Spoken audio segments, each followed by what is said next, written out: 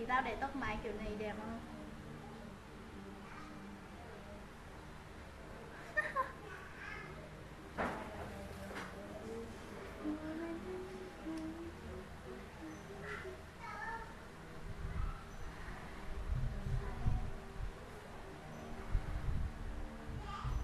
Hello em. Hey. Xin chào.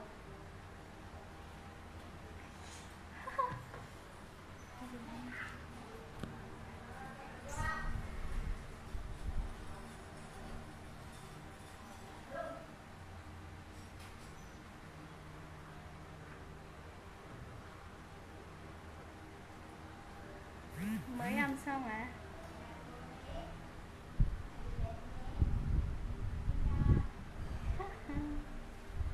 Dạ em cảm ơn nghe.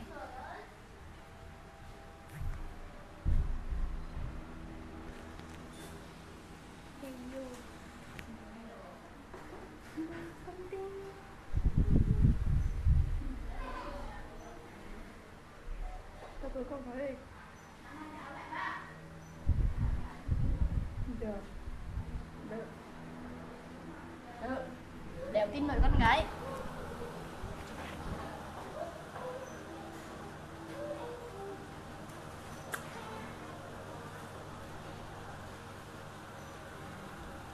Facebook chá mi lượn lên. Hey, cả nhà ăn tối chưa?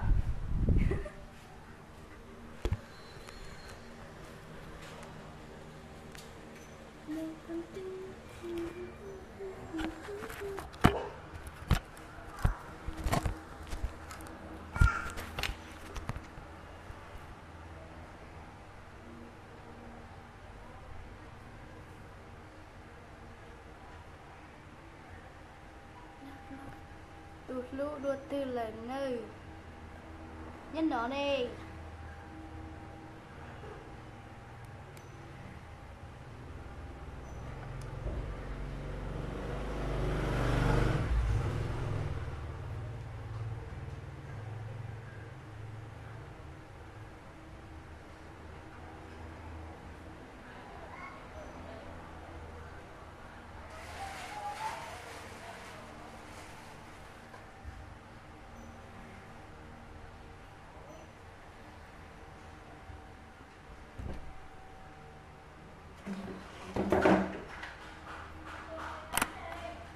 Phương không đi. Phương không đi đâu, Phương có đi rồi. Phương không đi đâu. Chị, điện thoại chị có tiền không? Đi làm gì? Thêm. Điện thoại cho Phương có nhiều tí. Mà đi chưa với người yêu? Ra với thằng Ngô. Thằng buổi trưa. Để tao biết này. Lấy không?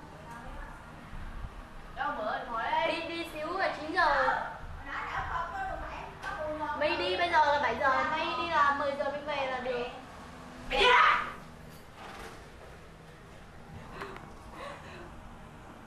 Nghe cái này nè.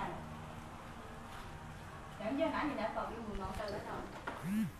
Ứng 15. Ông về chờ mà, nhớ về chờ mà. Ông về rồi hả? Làm gì đó? Đi đi chơi. Từ em về đó, lấy xe đi. Về chờ mà. Chứ mà nhiều dữ.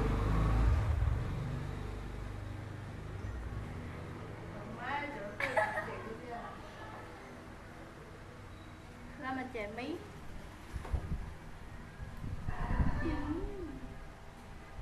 Những gì?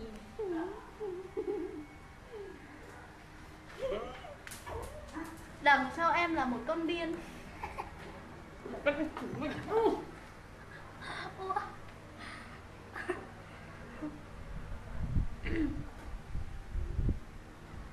Ủa sao mà tại tin nhiều dữ ta?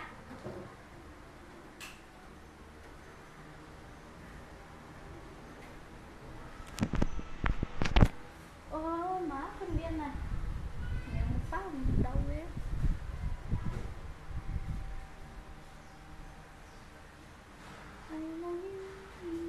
Giờ tôi xin Đừng đừng đây là đối như anh nữa trong một vợ như kinh khi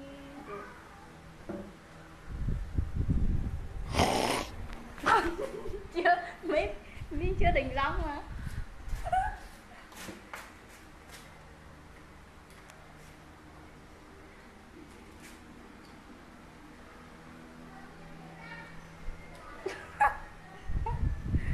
điên à?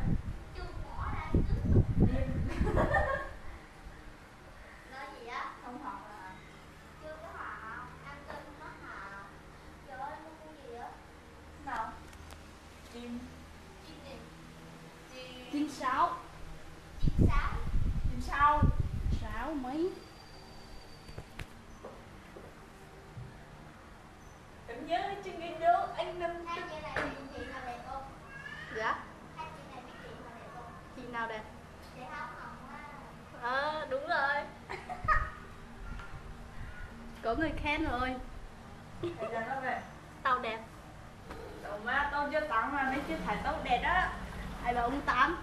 Người yêu Đâu má, người, tắm giờ tao mới tắm. người yêu sát xuất bến rồi mà chưa tắm hả mấy? Thôi, thái rồi. Ừ. Để đi chơi. Dạ. Đi đâu? Đi ra chạy chạy chạy. Dạ. Rồi đi vô vòng.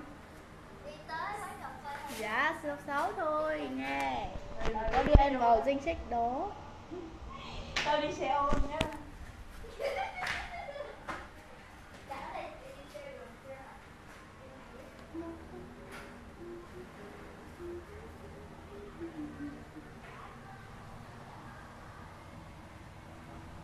Ôi, giờ pin yếu rồi.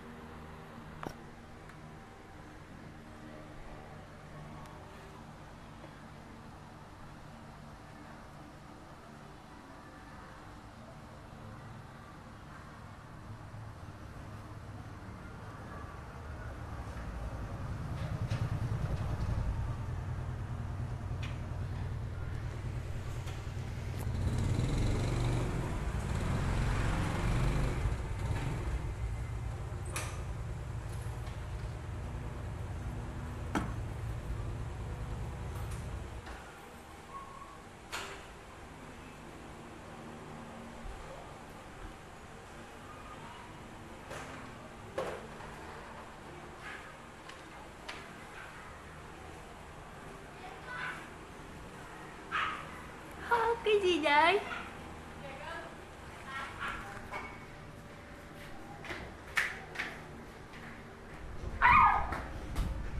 Má, đằng sau em là một con điên, rất là điên, ngày nào cũng điên nghe. Đây, con điên đây.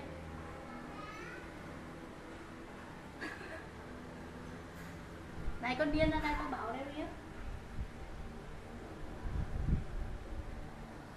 Nhưng lên của người gặp mấy kìa.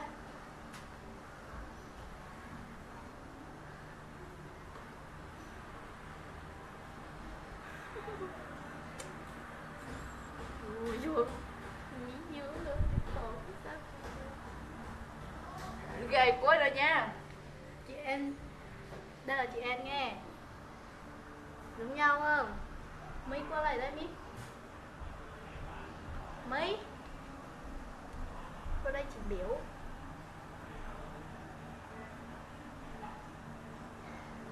Thôi, cảm ơn nghe.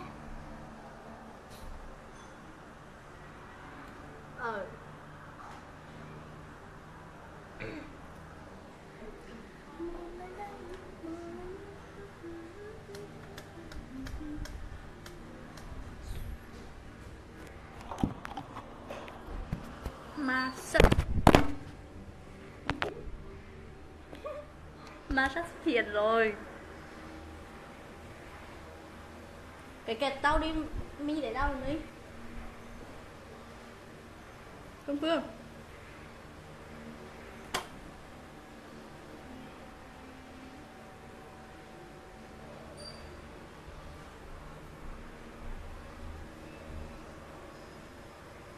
Chào Đần Văn Hoàng.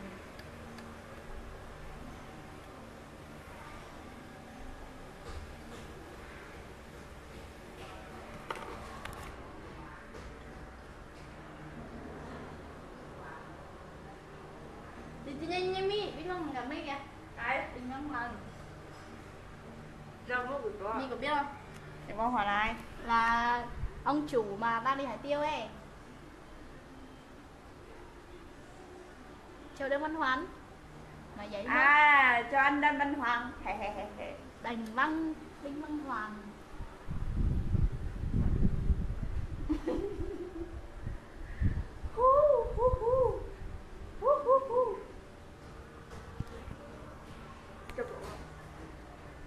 Ê. Nơi này có em, hãy về nơi đây.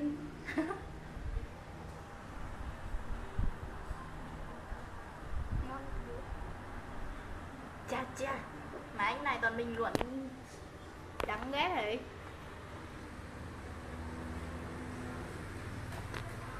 Bồ lên đây, bồ lên đây.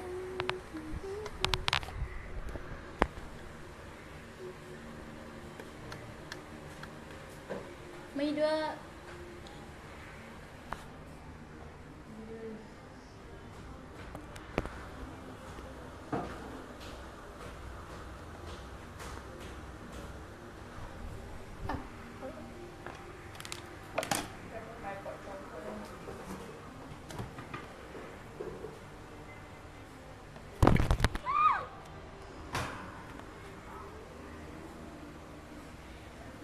Ok.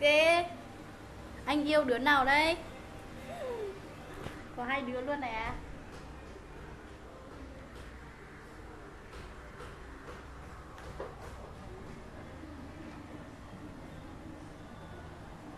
Ừ, chào anh. Đầu mông sông má.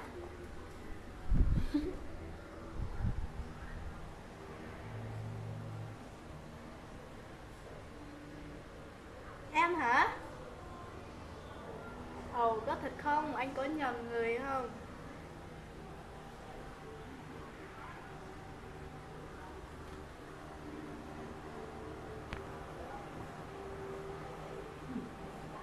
Ồ, con nói được gì hả? Đâu? Con nói có thế này, chứ nó cả. Cá đâu? Tao là một đời con gái mà lại thằng chồng như vậy thì buồn quá.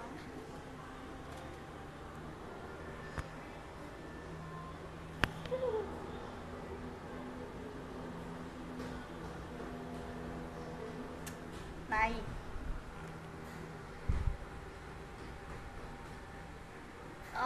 nho Nghệ An hả?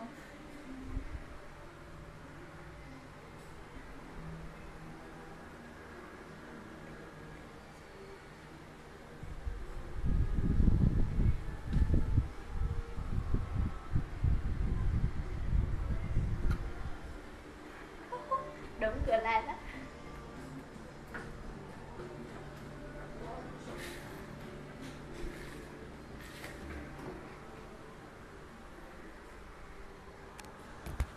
Bỏ lại đây, bỏ lại đây.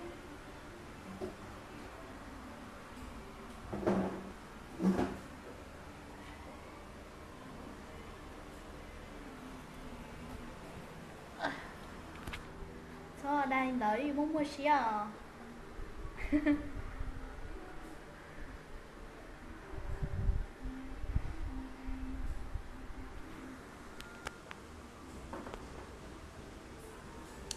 Em ở Đắk Nông, quê ở Nghệ An.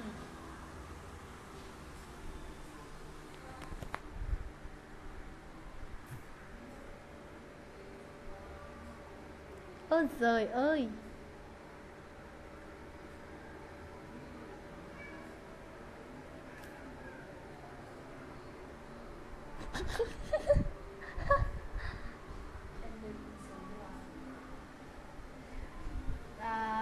mua cầu xa xong à?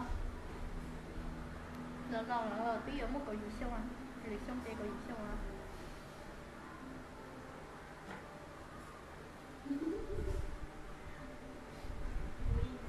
Con điên này nó làm giống như con điên đó. Đồ ma làm kiểu này mới hối.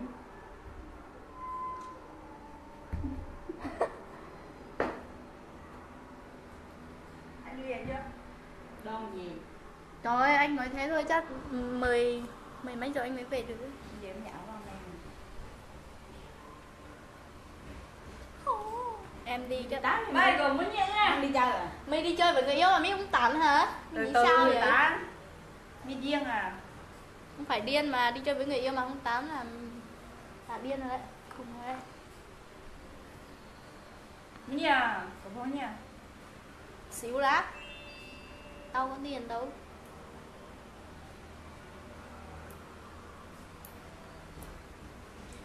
Nhí, nhô đất nông lò. Ui giờ nè. Yêu cơ. Xinh thế là bên cái chị ơi.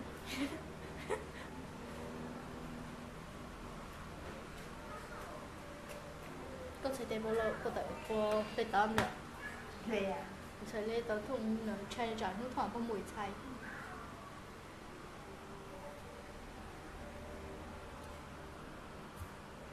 Nghìn năm trước. Anh xin lỗi ạ, vừa đi tắm. Xin lỗi.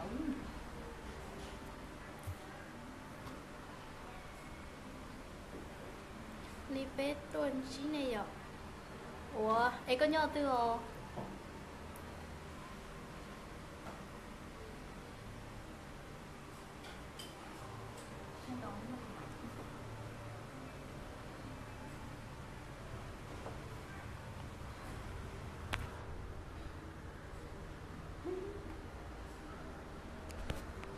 Hey.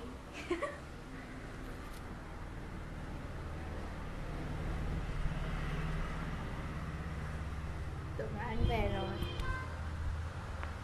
Nhung cô đi. Bingo không có người vui. Em chưa kết bạn với anh. Có người đắk nông theo. Đang cho Mingo là tự có luôn. Đâu còn các bạn. Đắk nông này nhau lưu huyền từ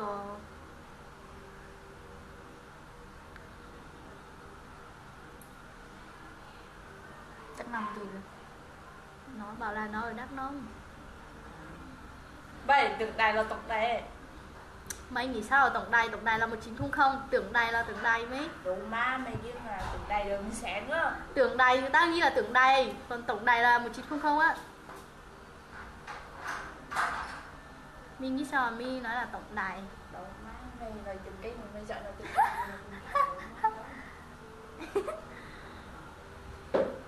Xinh gái.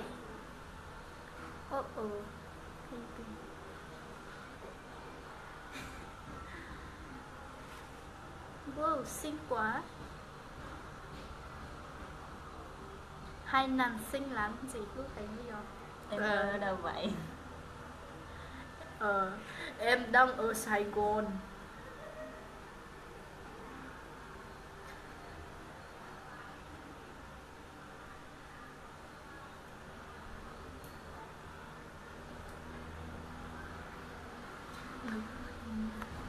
Mà hết tóc trước không?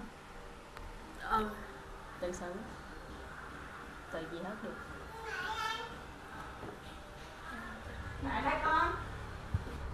Đây, đây. Đây. Đây, đây bánh kìa. Hello, hey. Vâng, tối nay được nghỉ vui chứ. Lâu mới được một ngày nghỉ là rất vui á. Giống như các anh đi học là lâu được các thầy cô bị ốm là được nghỉ thì vui chứ.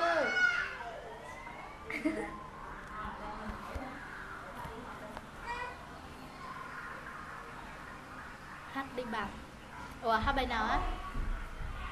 Hát tiếng Đông là tiếng Kinh ấy. Em không biết hát tiếng Kinh đâu nghe.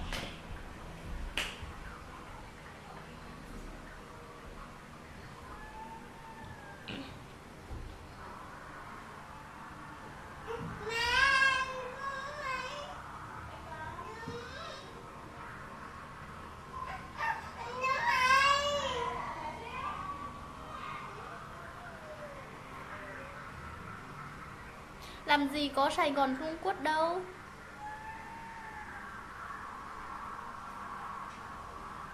Luôn nè. Chuẩn bị tinh thần đã. Lấy tinh thần đã. Sài Gòn đêm nay sao vậy? Sao thế? Sài Gòn đêm nay rất là vui nghe. Nhưng mà tiếc rằng không có người yêu đi chơi cùng. Buồn.